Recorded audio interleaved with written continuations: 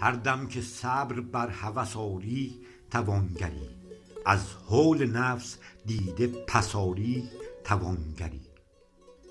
پیغمبرانه کفر رقیبان چو بنگری، از نقل یار در نفس آری توانگری. دانی اگر تو ارزش و قدر وجود را، دل را رها ز خار و خس آری توانگری. زنجیر برزنی چو بترسد ز سخت راه، وهم هراس در قفس آری توانگری. در جبرت اختیار کنی بر دلت رضا، شکوای و گلای بس آری توانگری. با نامرادی از سخن داوران چشم، مردانگی به پیش کس آری توانگری.